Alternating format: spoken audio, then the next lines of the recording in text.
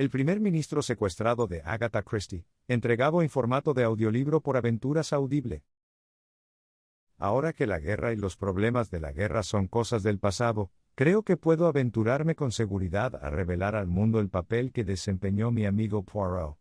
En un momento de crisis nacional. El secreto ha estado bien guardado. Ni un murmullo llegó a la prensa. Pero ahora que ha pasado la necesidad de mantener el secreto, creo que es justo que Inglaterra sepa la deuda que tiene con mi pequeño y pintoresco amigo, cuyo maravilloso cerebro evitó tan hábilmente una gran catástrofe. Una noche, después de cenar, no especificaré la fecha, basta decir que fue en el momento en que paz mediante negociación el grito de los enemigos de Inglaterra, mi amigo y yo estábamos sentados en sus habitaciones. Después de haber sido expulsado del ejército por invalidez, me habían asignado un trabajo de reclutamiento, y se había convertido en mi costumbre visitar a Poirot por las noches, después de cenar, y hablar con él sobre cualquier caso de interés que pudiera tener entre manos. Estaba intentando discutir con él la sensacional noticia de ese día, nada menos que un intento de asesinato del señor David Macadam, el primer ministro de Inglaterra. Evidentemente, el relato de los periódicos había sido cuidadosamente censurado. No se dieron detalles, salvo que el primer ministro había tenido una escapada maravillosa, la bala apenas le rozó la mejilla. Consideré que nuestra policía debió haber sido vergonzosamente descuidada para que tal atropello fuera posible. Podría comprender perfectamente que los agentes alemanes en Inglaterra estuvieran dispuestos a arriesgar mucho por tal logro. Fighting Mac, como lo había apodado su propio partido, había combatido enérgica e inequívocamente la influencia pacifista que se estaba volviendo tan prevalente. Era más que el primer ministro de Inglaterra, era Inglaterra, y haberlo sacado de su esfera de influencia habría sido un golpe aplastante y paralizante para Gran Bretaña. Poirot estaba ocupado limpiando un traje gris con una diminuta esponja. Nunca hubo un dandy como Hércules Poirot. La pulcritud y el orden eran su pasión. Ahora, con el olor a benzina llenando el aire, era incapaz de prestarme toda su atención. En un minuto estoy contigo, amigo mío. Ya casi he terminado. La mancha de grasa, no está bien, se la quito, así que... Agitó su esponja. Sonreí mientras encendía otro cigarrillo. ¿Algo interesante? Pregunté, después de 1 o 2 minutos. Ayudo a una, ¿cómo se llama? Charlady a encontrar a su marido. Un asunto difícil que requiere tacto. Porque tengo una pequeña idea de que cuando lo encuentren no estará contento. ¿Qué haría usted? Por mi parte, simpatizo con él. Era un hombre de discriminación para perderse. Me reí. Por fin. La mancha de grasa. Se ha ido. Estoy a tu disposición. Te estaba preguntando qué pensabas de este intento de asesinar a Macadam. Infantillaje. Respondió Poirot rápidamente. Difícilmente se puede tomar esto en serio. Disparar con el rifle nunca se consigue. Es un dispositivo del pasado. Esta vez estuvo muy cerca de tener éxito, le recordé. Poirot meneó la cabeza con impaciencia. Estaba a punto de responder cuando la casera asomó la cabeza por la puerta, y le informó que abajo había 2 caballeros que querían verlo. No dan sus nombres, señor, pero dicen que es muy importante. Déjenlos montar, dijo Poirot, doblando cuidadosamente sus pantalones grises. Al cabo de unos minutos hicieron entrar a los 2 visitantes, y mi corazón dio un vuelco al reconocer en primer lugar nada menos que a Lord Steyr, líder de la Cámara de los Comunes, mientras que su compañero, el señor Bernard Dodge, también era miembro del gabinete de guerra y, como yo sabía, un amigo personal íntimo del primer ministro. Señor Poirot, dijo Lord Steyr interrogativamente. Mi amigo hizo una reverencia. El gran hombre me miró y vaciló. Mi negocio es privado. Puede hablar libremente ante el capitán Hastings, dijo mi amigo, indicándome con un gesto que me quedara. Él no tiene todos los dones, no. Pero respondo de su discreción. Lord Steyr todavía vacilaba, pero el señor Dodge lo interrumpió bruscamente. Oh, vamos, no nos andemos con rodeos. Por lo que puedo ver, toda Inglaterra pronto sabrá en qué agujero nos encontramos. El tiempo lo es todo. Por favor, tomen asiento, señores, dijo cortésmente Poirot. ¿Quiere ocupar la silla grande, milord? Lord Steyr se sobresaltó levemente. Ya sabes cómo soy. Poirot sonrió. Ciertamente. Leo los papelitos con las fotos. ¿Cómo no voy a conocerte? Monsieur Poirot, He venido a consultarle sobre un asunto de vital urgencia. Debo pedir absoluto secreto. Tienes la palabra de Hércules Poirot, no puedo decir nada más. Dijo mi amigo grandilocuentemente. Se trata del primer ministro. Estamos en graves problemas. Estamos subidos a un árbol. Intervino el señor Dodge. Entonces, ¿la herida es grave? Yo pregunté. ¿Qué herida? La herida de bala. ¿Oh, eso? Exclamó el señor Dodge con desdén. Eso es historia antigua. Como dice mi colega, continuó Lord Steyr, ese asunto ya está acabado. Por suerte, fracasó. Ojalá pudiera decir lo mismo en el segundo intento. ¿Ha habido un segundo intento entonces? Sí, aunque no de la misma naturaleza. Monsieur Poirot, el primer ministro ha desaparecido. ¿Qué? Ha sido secuestrado. Imposible. Lloré estupefacto. Poirot me lanzó una mirada fulminante y supe que me obligaba a mantener la boca cerrada. Desafortunadamente, por imposible que parezca, es muy cierto, continuó su señoría. Poirot miró al señor Dodge.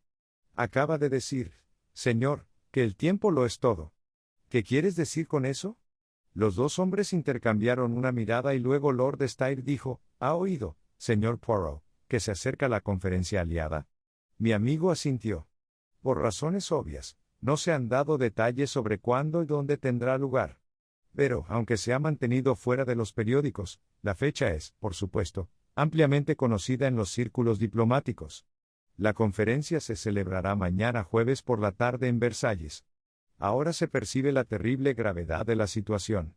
No les ocultaré que la presencia del primer ministro en la conferencia es una necesidad vital. La propaganda pacifista, iniciada y mantenida por los agentes alemanes entre nosotros, ha sido muy activa. Es opinión universal que el punto de inflexión de la conferencia será la fuerte personalidad del primer ministro. Su ausencia puede tener consecuencias muy graves, posiblemente una paz prematura y desastrosa. Y no tenemos a nadie que pueda ser enviado en su lugar. Solo él puede representar a Inglaterra. El rostro de Poirot se puso muy serio. ¿Considera usted entonces el secuestro del primer ministro como un intento directo de impedir su presencia en la conferencia?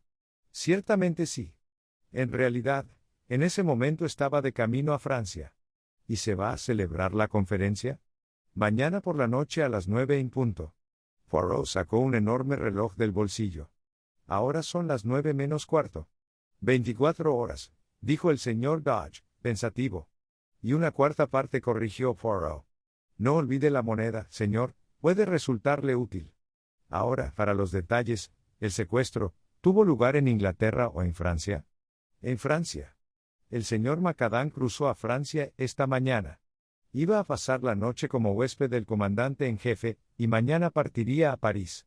Fue transportado a través del canal en un destructor. En Boulogne lo recibió un coche del cuartel general, y uno de los SAP del comandante en jefe. ¿Eh bien? Bueno, partieron de Boulogne, pero nunca llegaron. ¿Qué?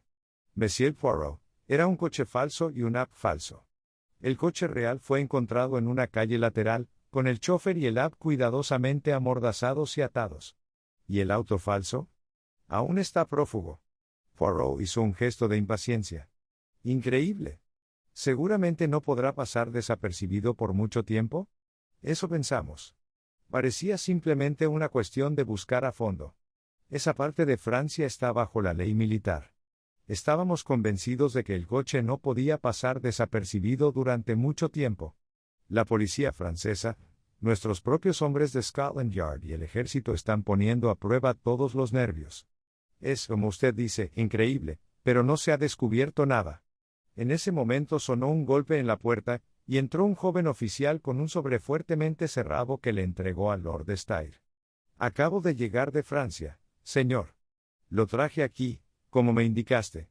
El ministro la abrió con entusiasmo y lanzó una exclamación. El oficial se retiró. Aquí hay noticias por fin. Este telegrama acaba de ser decodificado. Han encontrado el segundo coche, también el secretario, Daniels, cloroformo, amordazado y atado, en una granja abandonada cerca de C. No recuerda nada, excepto algo que le presionan la boca y la nariz desde atrás y que lucha por liberarse. La policía está satisfecha con la autenticidad de su declaración. ¿Y no han encontrado nada más? No. ¿No es el cadáver del primer ministro? Entonces hay esperanza. Pero es extraño. ¿Por qué, después de intentar dispararle esta mañana, ahora se toman tantas molestias para mantenerlo con vida? Dodge negó con la cabeza. Una cosa es bastante segura. Están decididos a impedir a toda costa que asista a la conferencia. Si es humanamente posible, el primer ministro estará allí. Dios quiera que no sea demasiado tarde. Ahora, señores, cuéntenme todo, desde el principio. También debo saber sobre este asunto del tiroteo. Anoche, el primer ministro, acompañado por uno de sus secretarios, el capitán Daniels. ¿El mismo que lo acompañó a Francia? Sí. Como decía, se dirigieron a Windsor, donde se concedió una audiencia al primer ministro. Esta mañana temprano regresó al pueblo, y fue en el camino que se produjo el intento de asesinato. Un momento, por favor. ¿Quién es este capitán Daniels? ¿Tiene su expediente? Lord Steyr sonrió. Pensé que me preguntarías eso. No sabemos mucho de él. No pertenece a ninguna familia en particular. Ha servido en el ejército inglés y es un secretario extremadamente capaz, siendo un lingüista excepcionalmente bueno. Creo que habla 7 idiomas. Por eso el primer ministro lo eligió para acompañarlo a Francia. ¿Tiene algún pariente en Inglaterra? 2 tías. Una tal señora Everard, que vive en Hampstead, y una tal señorita Daniels, que vive cerca de Ascot. Fular. Eso está cerca de Windsor, ¿no es así? Ese punto no se ha pasado por alto. Pero no ha conducido a nada. Entonces, ¿considera al capitán Daniels libre de toda sospecha? Un matiz de amargura se deslizó en la voz de Lord Steyr cuando respondió. Monsieur Poirot. En estos días, debería dudar antes de declarar a alguien fuera de toda sospecha. ¿Ves bien? Ahora entiendo, milord, que el primer ministro estaría, por supuesto, bajo vigilancia policial, lo que debería hacer imposible cualquier asalto contra él. Lord Steyr inclinó la cabeza. Eso es tan. El coche del primer ministro fue seguido de cerca por otro coche en el que viajaban detectives vestidos de civil. El señor Macadam no sabía nada de estas precauciones. Personalmente, es un hombre muy valiente y se sentiría inclinado a eliminarlos arbitrariamente. Pero, naturalmente, la policía toma sus propias medidas. De hecho, el chofer del primer ministro, O'Murphy, es un hombre del CID. ¿Signo de interrogación abierta O'Murphy? Ese es el nombre de Irlanda, ¿no es así? Sí, es irlandés. ¿De qué parte de Irlanda? Creo que el condado de Clare. Tiens. Pero proceda, milord. La Premier partió hacia Londres. El auto estaba cerrado. Él y el capitán Daniels se sentaron adentro. El segundo coche siguió como de costumbre. Pero, desafortunadamente, por alguna razón desconocida, el auto del primer ministro se desvió de la carretera principal. ¿En un punto donde la carretera hace una curva? Interrumpió Poirot. Sí, pero ¿cómo lo supiste? Oh, sé evidente. Continuar. Por alguna razón desconocida, continuó Lord Steyr, el coche del primer ministro se salió de la carretera principal.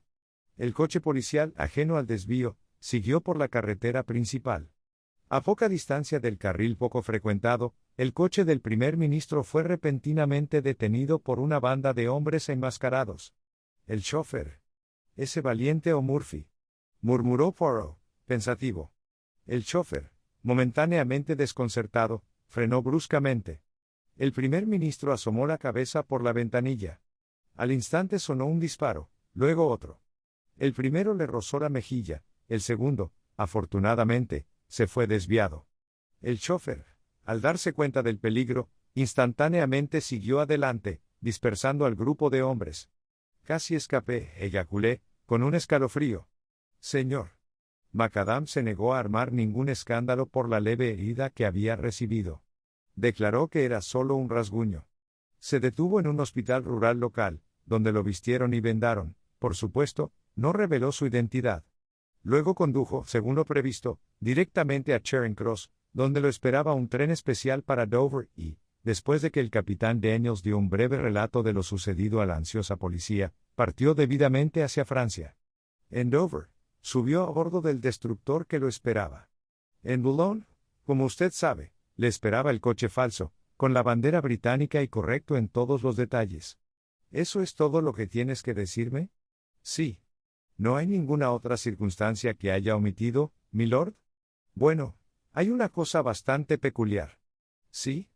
El coche del primer ministro no regresó a casa después de dejar al primer ministro en Charing Cross.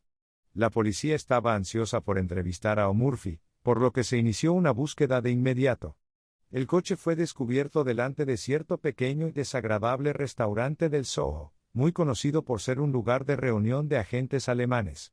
¿Y el chofer? El chofer no estaba por ningún lado. Él también había desaparecido. Entonces, dijo pensativamente Poirot, hay dos desapariciones, el primer ministro en Francia y O'Murphy en Londres. Miró fijamente a Lord Steyre, quien hizo un gesto de desesperación. Solo puedo decirle, señor Poirot, que si alguien me hubiera sugerido ayer que O'Murphy era un traidor, me habría reído en su cara. ¿Y hoy? Hoy no sé qué pensar. Poirot asintió con gravedad. Miró de nuevo su reloj de nabo.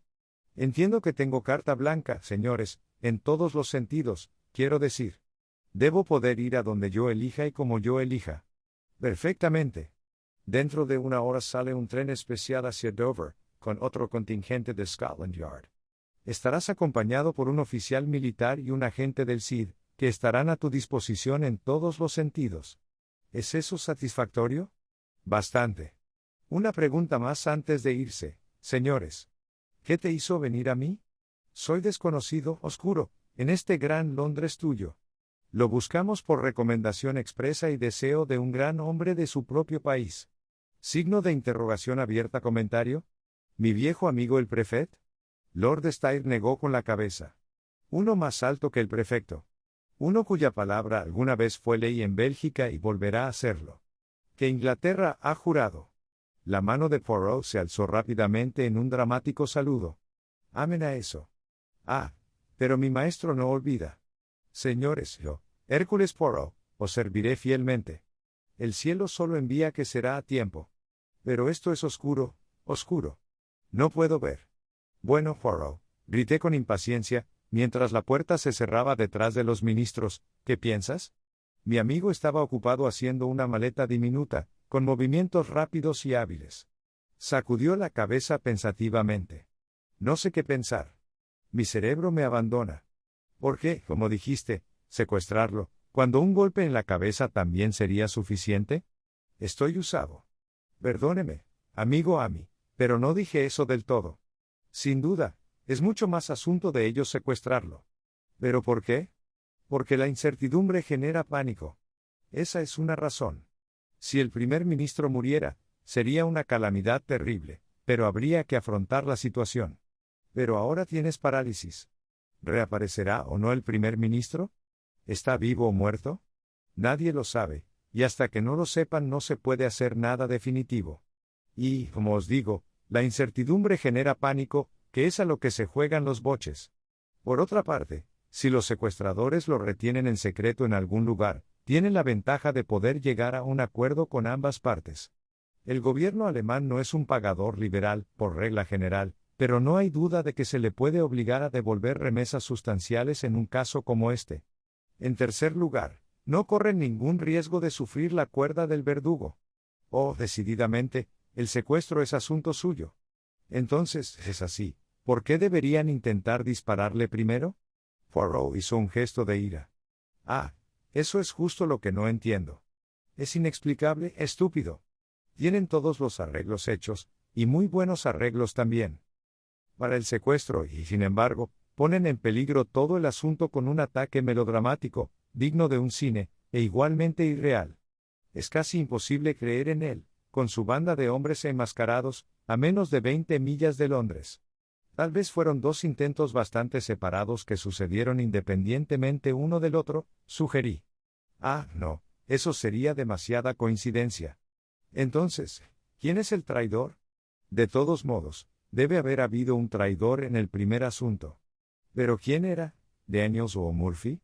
Debió ser uno de los dos, o, ¿por qué el auto se salió de la vía principal? No podemos suponer que el primer ministro haya sido cómplice de su propio asesinato. Signo de interrogación abierta. ¿O Murphy tomó ese rumbo por voluntad propia o fue Daniels quien le dijo que lo hiciera? Seguramente debe haber sido obra de O'Murphy. Sí, porque si fuera de Daniels el primer ministro habría escuchado la orden y habría preguntado el motivo. Pero hay demasiados por qué en este asunto y se contradicen entre sí.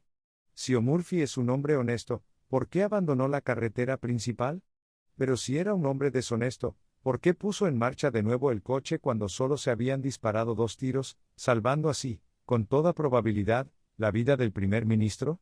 Y, de nuevo, si fue honesto, ¿por qué, inmediatamente después de salir de Charing Cross, se dirigió a un conocido encuentro de espías alemanes?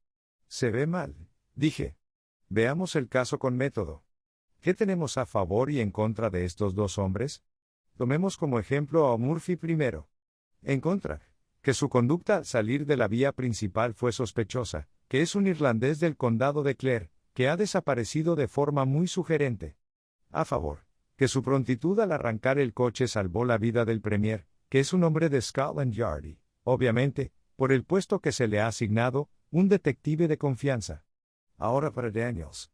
No hay mucho contra él, excepto el hecho de que no se sabe nada de sus antecedentes, y que habla demasiados idiomas para ser un buen inglés.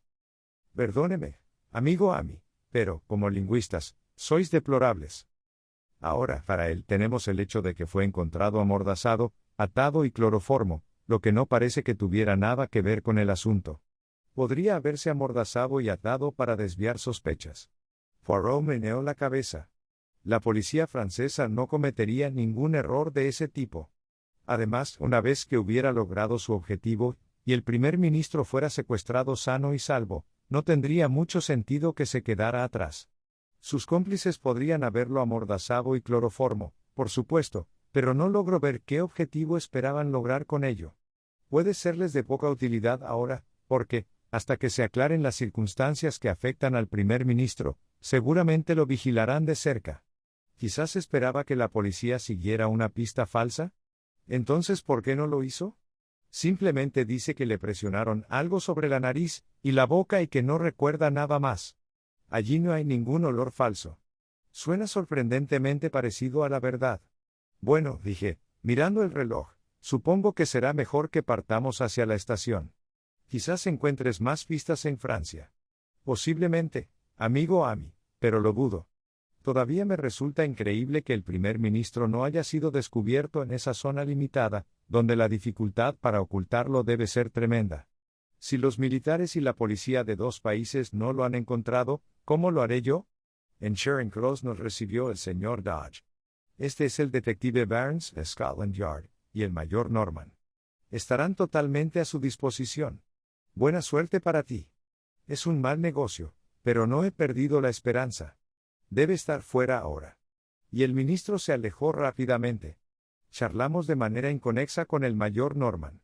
En el centro del pequeño grupo de hombres en la plataforma reconocí a un hombre pequeño con cara de hurón que hablaba con un hombre alto y rubio. Era un viejo conocido de Poirot, el detective inspector Happ, del que se suponía que era uno de los agentes más inteligentes de Scotland Yard. Se acercó y saludó alegremente a mi amigo. Escuché que tú también estabas en este trabajo. Un poco de trabajo inteligente. Hasta ahora se han salido con la suya. Pero no puedo creer que puedan mantenerlo escondido por mucho tiempo. Nuestro pueblo está pasando por Francia con un peine de dientes. También lo son los franceses. No puedo evitar sentir que ahora es solo cuestión de horas. Es decir, si todavía está vivo, comentó sombríamente el alto detective. El rostro de Happ decayó. Sí. Pero de algún modo tengo la sensación de que está vivo. Poirot asintió.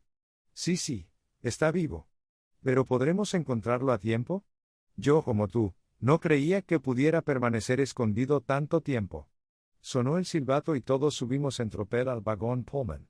Luego, con una lenta e involuntaria sacudida, el tren salió de la estación. Fue un viaje curioso.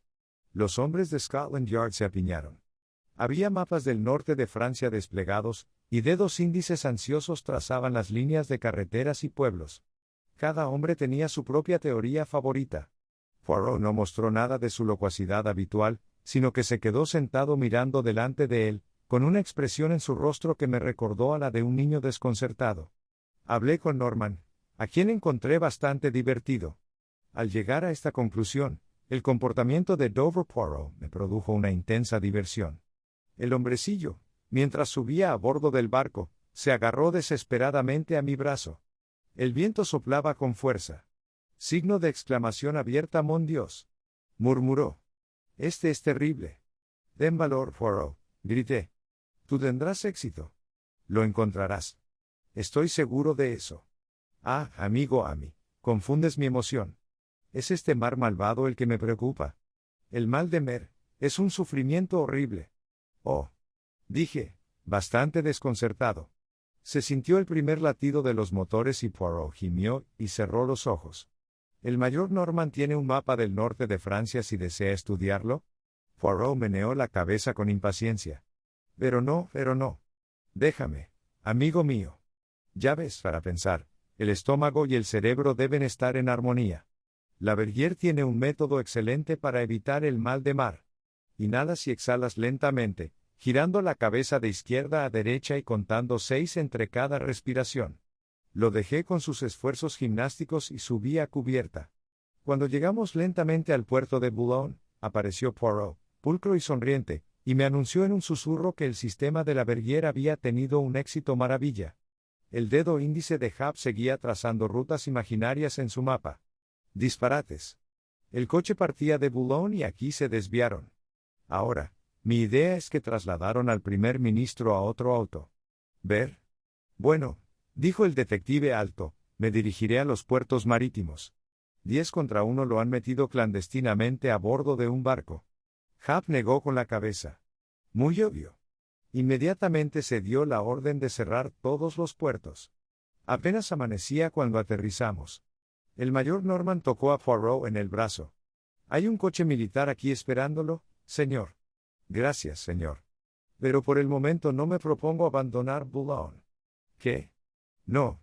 Entraremos a este hotel por aquí, por el muelle.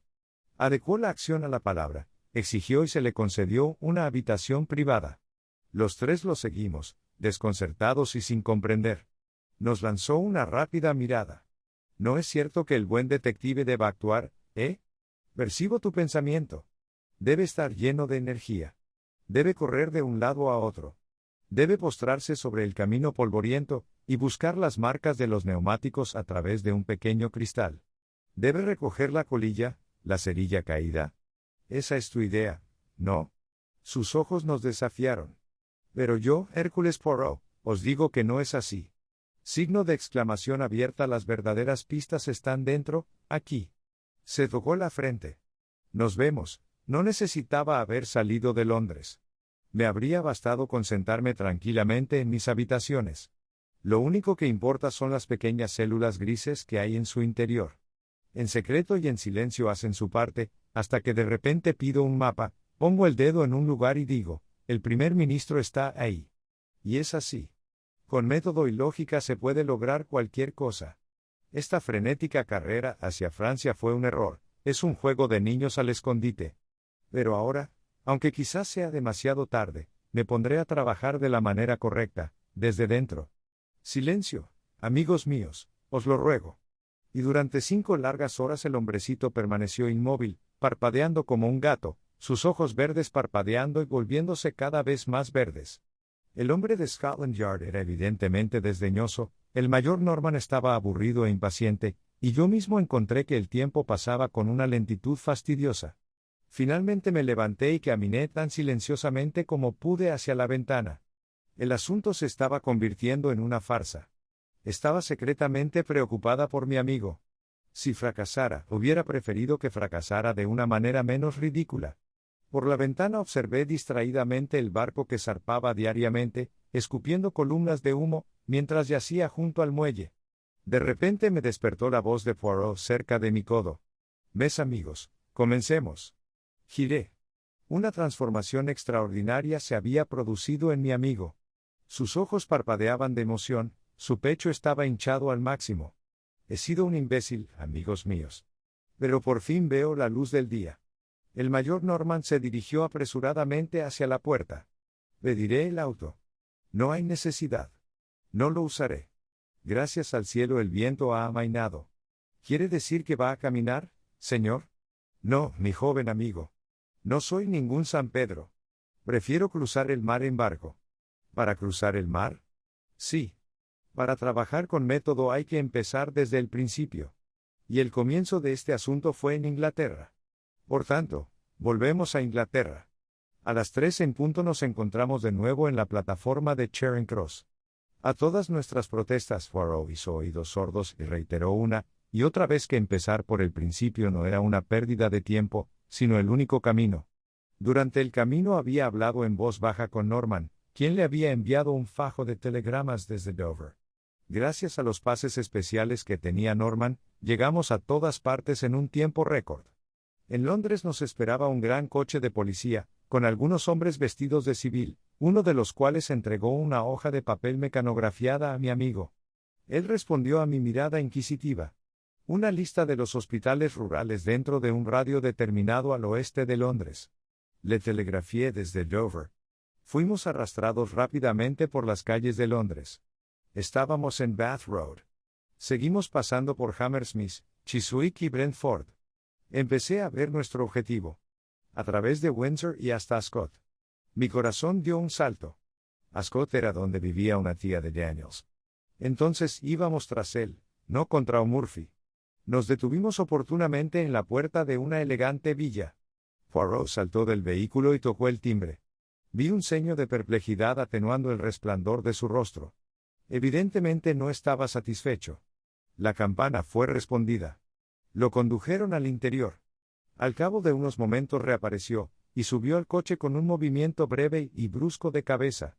Mis esperanzas comenzaron a apagarse. Ya eran más de las 4. Incluso si encontrara ciertas pruebas que incriminaran a Daniels, ¿de qué serviría, a menos que pudiera arrancarle a alguien el lugar exacto de Francia donde tenían retenido al primer ministro? Nuestro regreso a Londres fue interrumpido. Nos desviamos más de una vez de la carretera principal, y de vez en cuando nos detuvimos en un pequeño edificio que no tuve dificultad en reconocer como un hospital rural. Poirot solo dedicó unos minutos a cada parada, pero en cada parada su radiante seguridad se recuperaba cada vez más. Le susurró algo a Norman, a lo que éste respondió: sí, si giras a la izquierda, los encontrarás esperando junto al puente. Tomamos una calle lateral y, a la luz mortecina, distinguí un segundo coche, esperando al lado de la carretera. En él había 2 hombres vestidos de civil. Poirot bajó y habló con ellos y luego nos pusimos en marcha en dirección norte, seguido de cerca por el otro coche. Condujimos durante algún tiempo, siendo nuestro objetivo obviamente uno de los suburbios del norte de Londres. Finalmente, condujimos hasta la puerta principal de una casa alta, un poco alejada de la carretera en su propio terreno. Norman y yo nos quedamos con el coche. Poirot y uno de los detectives se acercaron a la puerta y llamaron. Una pulcra camarera abrió la puerta. El detective habló. Soy oficial de policía y tengo una orden judicial para registrar esta casa. La niña soltó un gritito y una mujer alta y hermosa de mediana edad apareció detrás de ella en el pasillo. Cierra la puerta, Edith. Supongo que son ladrones. Pero Poirot metió rápidamente el pie en la puerta y al mismo tiempo hizo sonar un silbato.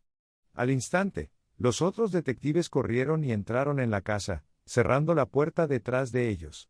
Norman y yo pasamos unos 5 minutos maldiciendo nuestra forzada inactividad. Finalmente la puerta se volvió a abrir, y los hombres salieron escoltando a 3 prisioneros, una mujer y 2 hombres. La mujer y uno de los hombres fueron llevados al segundo coche. El otro hombre fue colocado en nuestro coche por el propio Poirot. Debo ir con los demás, amigo mío. Pero tenga mucho cuidado con este señor. No lo conoces, ¿no? Bien, permítame presentarle a Monsieur O'Murphy. Signo de exclamación abierta O'Murphy. Me quedé boquiabierto cuando comenzamos de nuevo. No estaba esposado, pero no imaginé que intentaría escapar. Se sentó allí, mirando al frente como si estuviera aturdido. De todos modos, Norman y yo seríamos más que rival para él. Para mi sorpresa, todavía manteníamos la ruta hacia el norte. Entonces no regresaríamos a Londres. Estaba muy desconcertado. De repente, cuando el coche redujo la velocidad, reconocí que estábamos cerca del aeródromo de Hendon. Inmediatamente comprendí la idea de Poirot. Propuso llegar a Francia en avión. Era una idea deportiva, pero, a primera vista, impracticable. Un telegrama sería mucho más rápido. El tiempo lo era todo. Debe dejar a otros la gloria personal de rescatar al primer ministro. Cuando nos detuvimos, el mayor Norman saltó del vehículo, y un hombre vestido de civil ocupó su lugar. Charló con Poirot durante unos minutos y luego se marchó rápidamente. Yo también salté y agarré a Poirot por el brazo. Te felicito, viejo. ¿Te han dicho el escondite? Pero mire, debe telegrafiar a Francia inmediatamente. Llegarás demasiado tarde si vas tú mismo. Poirot me miró con curiosidad durante 1 o 2 minutos. Desafortunadamente, amigo, hay algunas cosas que no se pueden enviar por telegrama. En ese momento regresó el mayor Norman, acompañado de un joven oficial con uniforme del cuerpo aéreo. Este es el capitán Lyle, quien lo llevará en avión a Francia. Puede empezar de inmediato. Abríguese bien, señor, dijo el joven piloto. Puedo prestarte un abrigo, si quieres. Poirot consultaba su enorme reloj. Murmuró para sí, sí, hay tiempo, solo el tiempo. Luego levantó la vista y se inclinó cortésmente ante el joven oficial. Se lo agradezco, señor. Pero no soy yo quien soy tu pasajero. Es este caballero aquí. Se hizo un poco a un lado mientras hablaba, y una figura surgió de la oscuridad. Era el segundo prisionero que había ido en el otro coche y, cuando la luz cayó sobre su rostro, solté un grito ahogado de sorpresa. Era el primer ministro. Por el amor de Dios, cuéntamelo todo, grité con impaciencia, mientras Poirot, Norman y yo volvíamos a Londres. ¿Cómo lograron traerlo de contrabando de regreso a Inglaterra? No había necesidad de traerlo de vuelta de contrabando, respondió secamente Poirot. El primer ministro nunca ha abandonado Inglaterra. Fue secuestrado cuando se dirigía de Windsor a Londres. ¿Qué?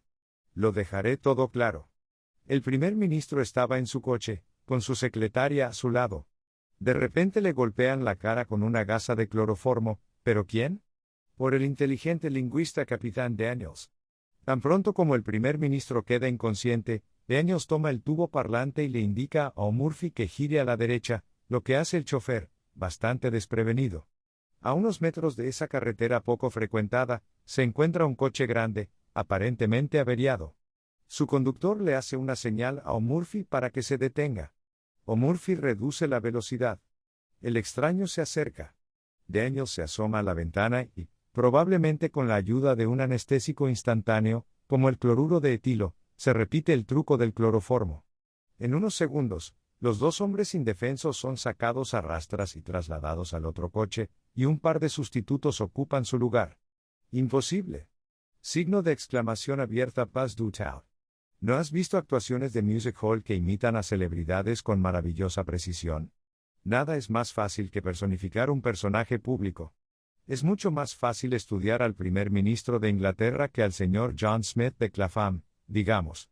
En cuanto al doble de O'Murphy, nadie iba a prestarle mucha atención hasta después de la partida del primer ministro, y para entonces ya habría desaparecido.